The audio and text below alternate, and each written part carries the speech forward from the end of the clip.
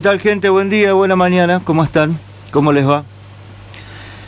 ¿Cómo va a estar estructurado el comentario de apertura de hoy? Primero, vamos a hacer algunas aclaraciones, lo que vendría a ser como una especie de marco teórico, para lo que después vamos a hablar. Después vamos a hacer una especie de sala de situación local con respecto al COVID-19. Vamos a hablar también de la región. Y por último vamos a estar analizando un aspecto que tiene que ver con el crecimiento y el desarrollo más igualitario de la comunidad, o sea, con una planificación a futuro de las inversiones. Ahí vamos entonces. Desde este programa nunca creímos ser los propietarios ni los depositarios del conocimiento de lo que la mayoría de los vecinos piensan. Nunca creímos ser los dueños de la opinión pública. Y hay preguntas que nos hacemos siempre y que hoy pueden tener este color en la actualidad. ¿Qué es lo que piensa la mayoría de la gente sobre el coronavirus? ¿Cuáles serían los puntos prioritarios de una agenda de actuación colectiva? ¿Qué piensan la mayoría de los vecinos sobre la gestión de gobierno? ¿A cuántos vecinos le interesa lo que haga el intendente Rato? Tengo esas preguntas, por ejemplo, pero no tenemos las respuestas. Después quiero hacer una aclaración muy concisa, digamos. Como para separar la paja del trigo, como dice el viejo dicho popular. Desde este espacio de cualquiera en que nos toca desempeñarnos, no cuestionamos el trabajo de los profesionales médicos, incluidas las autoridades de salud, ni mucho menos la labor de los trabajadores de la salud pública durante esta larga pandemia. Eso no lo cuestionamos, ni siquiera los mecanismos terapéuticos que se emplearon. Lo que sí, los trabajadores de salud, ni siquiera en términos generales, han tenido el descanso mínimo ni indispensable en una pandemia que se ha estirado prácticamente durante 10 meses, que ha sido larguísima, y que los ha tensionado como a pocos. Eso no se cuestiona. Lo que sí nosotros cuestionamos en este tiempo es el manejo político, el uso partidario que se ha hecho de la pandemia como justificativo de determinadas medidas de ajuste. Voy a mencionar solo dos. El ajuste al sueldo de los salarios municipales practicados a lo largo de 2020. Cuando uno observa la partida de las cuentas municipales destinadas al pago de salarios, entre 2020 y 2019 solo registró un aumento del 6%. 6%, digamos, pagó más en sueldos la municipalidad en 2020 que en 2019. Ahí está la principal variable de ajuste, a la cual nosotros nos referimos casi hasta el cansancio. Y se utilizó de manera política la pandemia para justificar el tamaño ajuste. Y también se utiliza como pantalla justificatoria la pandemia para prohibir el ingreso de los ciudadanos argentinos del conurbano bonaerense, que los fines de semana vienen con el rutabús a la zona balnearia. Eso es una medida, obviamente, que roza lo discriminatorio, que roza lo antidemocrático y que es de un fuerte contenido político y no sanitario. Otra cosa que también hemos cuestionado es el tono triunfalista y propagandístico utilizado durante esta emergencia sanitaria desde el minuto cero, con la colecta que allá en marzo se cargó sobre sus espaldas ARPA, con la intención de la compra de respiradores artificiales por las suyas, y con algunos términos en algún momento de decir que le ganamos al COVID desde San Antonio de Areco. Nos llegaron a ubicar desde el discurso oficial unánime, ahí no se salvaron ni profesionales ni políticos, entre las mejores ciudades del mundo a finales del año pasado. Uno siempre cuestionó ese tono triunfalista y propagandístico que se utilizó hasta finales de diciembre del año pasado. También cuestionamos la toma de distancia desde el municipio con respecto a la línea sanitaria trazada por la Nación y la provincia durante esta emergencia sanitaria, basada solamente en cuestiones de cuño ideológico y también con el objetivo de buscar la promoción personal o de ciertos grupos privados, algunos de ellos ligados a la salud. Nos gusta que quede claro esto, hacia dónde han ido nuestros cuestionamientos públicos, siempre en ese plano, durante esta pandemia. No hacia las autoridades de salud, no hacia los médicos, no hacia los trabajadores del sistema sanitario, ni siquiera en la manera en que gestionaron desde lo profesional esta emergencia que nos tomó a todos por sorpresa y que ha puesto al mundo de rodillas. Sí, con el uso político en las cosas que puntualicé, aunque podría hablar de algunas otras más que el gobierno ha hecho en todo este tiempo. También quería, de alguna manera, hacer una lectura desde el punto de vista de este programa sobre cómo ha manejado el presidente Alberto Fernández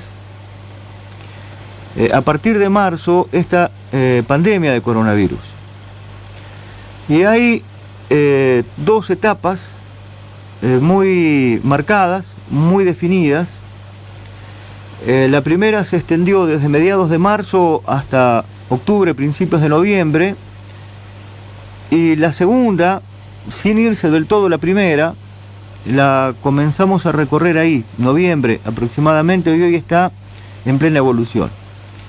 La primera fue una instancia de aislamiento estricto, con una cuarentena muy dura al principio, con el objetivo de tener a la vista la experiencia del hemisferio norte, Europa, Estados Unidos, con la velocidad y el daño, la velocidad de propagación y el daño que hacía el contagio feroz del coronavirus.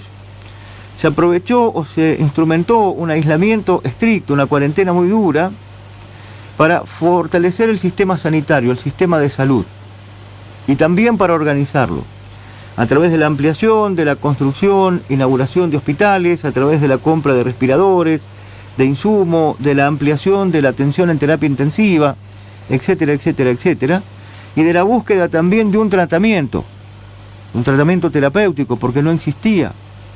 O sea, el suministro de ciertos medicamentos que pueden ser eficaces, la transfusión de plasma humano y ahora la reciente implementación del suero equino, entre otros, digamos.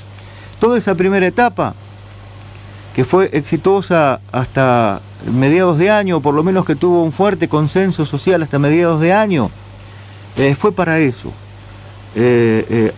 Restringir la circulación de las personas, aislarlas, entrar en una cuarentena dura para fortalecer el sistema sanitario. Pero a la par, el gobierno acompañó esto con un conjunto de programas de asistencia económica para tratar de moderar, de morigerar las consecuencias sociales que esta pandemia, que obligaba a una cuarentena como herramienta disponible para enfrentarla, generaba en la mayoría de la población. Y así aparecieron los famosos ATP, que es la ayuda para el trabajo y la producción, el IFE, el ingreso familiar por emergencia, una distinta gama de subsidios, bolsones alimentarios, la tarjeta alimentar, etcétera, etcétera, etcétera. Eso era para evitar que la pandemia derivara en un estallido social, ¿sí? Para que las severas consecuencias económicas, sociales, culturales, no fueran tan hondas, o que se moderaran al menos. Y esto también tuvo paulatinas aperturas de las actividades económicas y sociales. Esa primera etapa. Y la segunda fue, a medida que iban progresando las investigaciones a nivel internacional y que se iban abriendo otras expectativas, fue apuntar a inmunizar a la población a través de la vacunación. ir firmando contratos con los distintos países y con los distintos laboratorios para comprar las vacunas y organizar una campaña a nivel nacional y en las distintas provincias y a su vez en los municipios de vacunación para inmunizar a la población. Esa es la etapa que estamos transitando. Y todo esto tuvo como una columna vertebral, como un mecanismo general, que el presidente de la Nación establecía directivas, pautas marco, buscando para ellas el mayor consenso político posible, pero respetaba la autonomía de los gobernadores provinciales y de los intendentes para la ejecución de las mismas. Así fue desde el minuto cero hasta hoy. Y ahora vamos a la bajada local de esto que estamos manifestando. Ya está en marcha un plan provincial de vacunación. Es dirigido por el Ministerio de Salud de la provincia de Buenos Aires, con un rol muy activo de cada una de las regiones sanitarias en las cuales se divide el territorio bonaerense. San Antonio de Areco, junto a otros 12 municipios, forma parte de la región sanitaria cuarta. Por ese motivo, ayer vino a hacer una recorrida para observar toda la organización logística de este plan provincial de vacunación el doctor Walter Martínez, que es el director de la región sanitaria cuarta.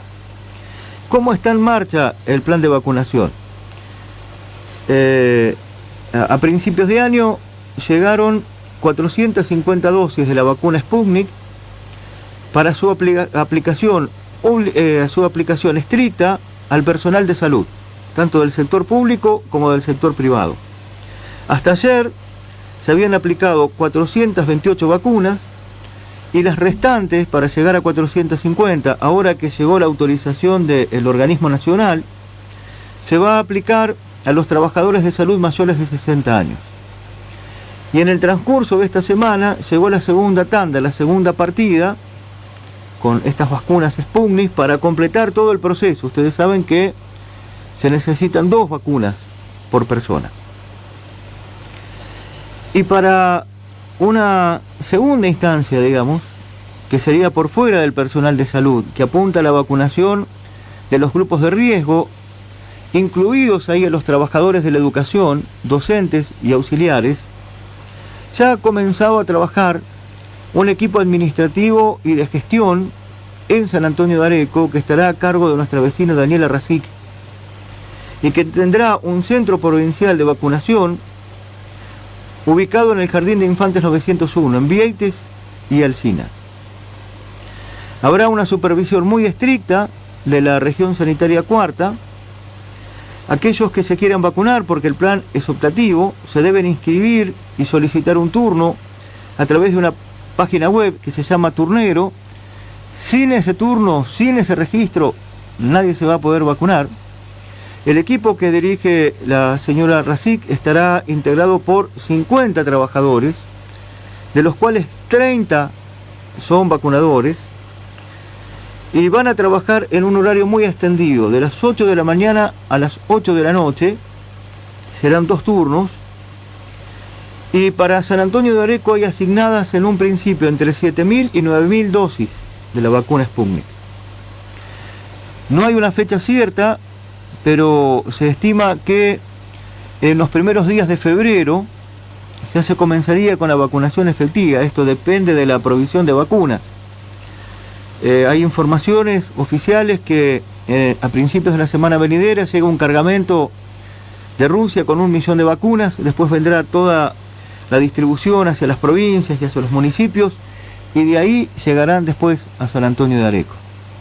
Que la coordinación de las campañas de difusión para la vacunación, la provincia, la región sanitaria cuarta, este equipo administrativo y de gestión local, la va a coordinar con el municipio, pero con otros organismos, IOMA, IPS, ANSES, PAMI, gremios docentes, por ejemplo. Esta me parece que es una buena noticia. A ver, ya la puesta en marcha de esta propuesta de la segunda etapa, ya verla concreta, que ha hecho el gobierno nacional, de la inmunización de la población a través de la vacunación contra el COVID-19, contra el coronavirus. ¿Cuál sería una sala de situación hoy en San Antonio de Areco con respecto al COVID-19? ¿Cuál es el panorama? Hasta ayer, que son los últimos datos estadísticos que contamos oficiales, en el transcurso del mes de enero se registraron 318 contagios. Si uno toma en cuenta las cifras mensuales, a partir de septiembre, que fue cuando empieza a escalar, a crecer la cantidad de contagios, en septiembre hubo 136, en octubre 201, ese fue el pico de la primera ola de contagios. Hubo un descenso marcado en noviembre, 101, 147 casos en diciembre empezaron a crecer en los últimos días del año, y hasta ayer, 22 de enero, teníamos 318 casos positivos. Solo en enero, superando cualquier techo, cualquier récord que se podía tener a disposición. En total, desde que comenzó la pandemia, hay 1.036 contagios. Ayer teníamos 144 activos, o sea, 144 vecinos de San Antonio de Areco que portaban la enfermedad, que estaban contagiados. Y fíjense que en los últimos días tenemos entre 125 y 150 activos, o sea, va manejándose en ese rango, que es muy alto. Y había 29 casos en espera del resultado de sus análisis. Según lo manifestaron en conferencia de prensa ayer, autoridades de salud, estamos atravesando el pico de contagios de una segunda ola. La primera había sido septiembre-octubre, que estiman que se ha alcanzado el techo, que estas cifras se comienzan a estabilizar y que ya se muestra una tendencia a la baja. Conocen al detalle porque están ahí trabajando y porque dirigen la gestión las autoridades de salud, y yo les transmito lo que han manifestado. Y que la semana pasada tuvimos el pico histórico de pacientes que necesitaron internación, tratamiento en el propio hospital desde que comenzó la pandemia, y que también, sin poder precisar una fecha, desde las autoridades de salud esperan que en algún momento se produzca una nueva ola, una tercera ola de contagios. Mirando las estadísticas de las ciudades vecinas, estas también han tenido, un poco antes o un poco después, una segunda ola de coronavirus. Hablamos de San Andrés de Giles, de Carmen de Areco, de Capitán Sarmiento, a las cuales tenemos también con frecuencia y con facilidad acceso a las estadísticas oficiales que publican, pero hemos notado que son ciudades que tienen apenas algunos centenares menos de habitantes.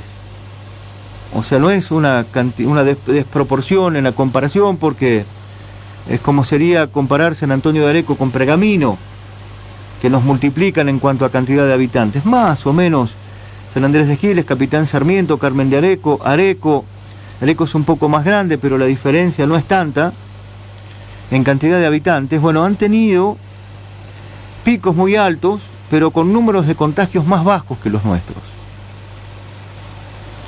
Y a propósito de esto, de hablar de la región, hemos conocido bastante en detalle el modelo Iguacel, el modelo Capitán Sarmiento, de la gestión de la pandemia, que ha hecho este indudable referente nacional de Juntos por el Cambio, que se ha debido replegar después de su salida del Ministerio de Energía y de la caída de Mauricio Macri en las elecciones de 2019, al municipio de Capitán Sarmiento, donde resultó vencedor. Es un referente y un exponente esencial de lo que es el macrismo. En Capitán Sarmiento está todo abierto, salvo la disposición de la provincia de Buenos Aires, que obliga a cerrar la actividad a la 1 de la mañana, pero después está todo abierto. Hay una vida normal, es un verano común y corriente. Se juega al fútbol con público, se hacen deportes al aire libre, están abiertos los comercios, los bares, las confiterías, se ha fomentado el turismo en el balneario, el municipio autorizó fiestas de egresados, bailes en la calle para fin de año, con enormes concurrencias, entre ellos vecinos de San Antonio de Areco. ¿En qué conceptos apoya este modelo Javier Iguacel? En el de la responsabilidad individual, cada uno sabe lo que tiene que hacer, y toma como valores de referencia la cantidad de pacientes infectados con coronavirus internados en terapia intensiva y que además requieren de respiradores. Como las cifras son bajas, abre cada vez más las restricciones, libera cada vez más hacia una vida normal. ¿Qué reflexión uno puede hacer? Que ha logrado Javier Iguazel, porque ya desde abril-mayo del año pasado había comenzado a recorrer un camino propio cuando autorizó, en plena cuarentena dura, a los trabajadores informales a salir a hacer changas, a cortar pasto, por ejemplo. Pero Javier Iguazel ha logrado en Capitán Sarmiento, en donde trabaja en colaboración con un comité de crisis, ha logrado subordinar las medidas sanitarias para enfrentar el coronavirus a sus intereses y necesidades políticas, al extremo. Capitán Sarmiento es un laboratorio de las políticas en términos generales de Juntos por el Cambio para una comunidad chica, como puede ser la nuestra, llevadas a cabo al extremo por una de las principales espadas nacionales de ese frente, como es Javier Iguazel. Aquí en San Antonio de Areco, si bien pertenece Francisco Rato a la misma filosofía política y al mismo complejo ideológico y al mismo frente electoral, primero que Rato no tiene ni por asomo la capacidad de gestión ni la impronta política de Iguazel, pero segundo, y no menos importante, que Rato ha atado la continuidad de su gobierno a las cuestiones de salud. Lo había hecho antes de la pandemia y directamente puso todas las fichas ahí en la gestión del doctor Fabio Crudo, que se ha mostrado como un profesional muy capaz, no ha hecho otra cosa más que reafirmar lo que ya el pueblo sabía, pero además con un hombre con muchas habilidades políticas, y ha logrado, desde el área de salud, que la mayoría de las necesidades políticas e ideológicas del gobierno de Rato quedaran subordinadas a las necesidades del esquema sanitario. Iguazel es autosuficiente en Capitán Sarmiento y Rato es dependiente de Crudo en San Antonio de Areco.